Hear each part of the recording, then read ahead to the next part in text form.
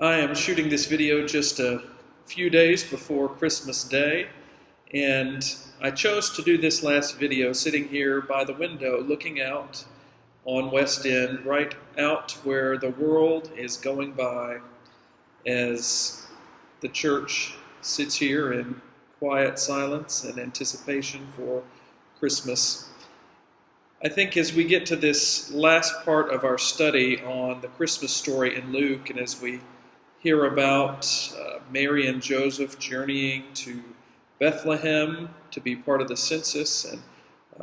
their lives being caught up in the bigger things that were going on in the world that precipitated their need to travel to Bethlehem, and how even Jesus, it seems, the small baby Jesus, as a part of that family, is being caught up in the greater things of the world, in the powers that are around them that are influencing and affecting their daily lives. And yet, somehow it is that God is working through these regular, everyday people to do something amazing, unexpected, and to show that there is a different kind of power and love that really makes the world go round. And so today we'll not only hear the story of Mary and Joseph journeying to Bethlehem, but we will also hear about this announcement from the angels to the shepherds. And those shepherds in their day and age would have been some of the everyday people, the people that are sort of on the outside of power, just going about their daily business. And yet they are, just like Mary, called favored. They have the birth of the Christ child announced to them, and they come to celebrate what God is going to be doing through Jesus. And I think it's appropriate to read this story and to sit here with the world passing by outside and think about, where is it that God may be at work in the world around us today? What is it that God may be doing? Who is it that God might be working toward, working through, and working for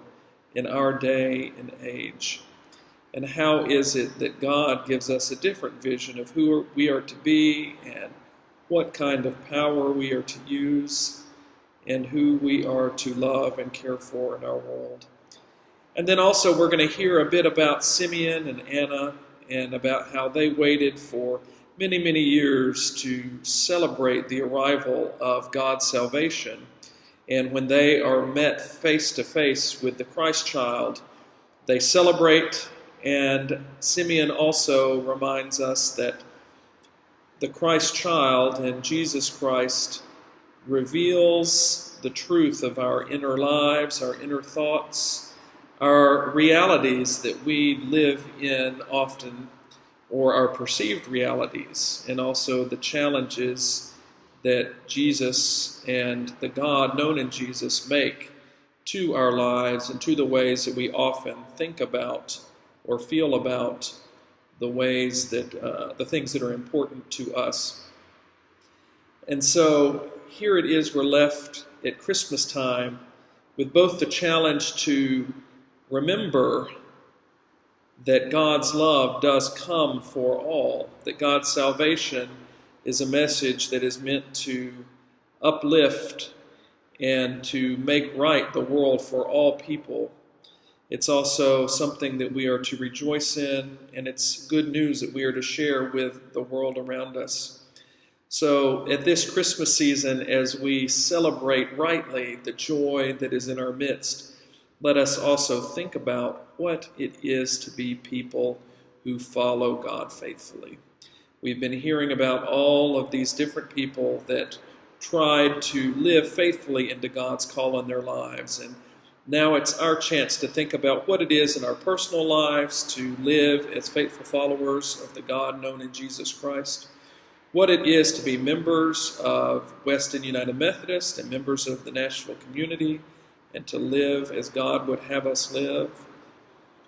and to share the message of God that is salvation to all, but especially those who may be out of power, and to think about what it would mean for us to have hearts after God's heart and to truly live the Christmas story now, tomorrow, and in the days and months and years to come. Merry Christmas to you. I hope you enjoy your final study today, and have a happy new year. And I look forward to seeing you at church.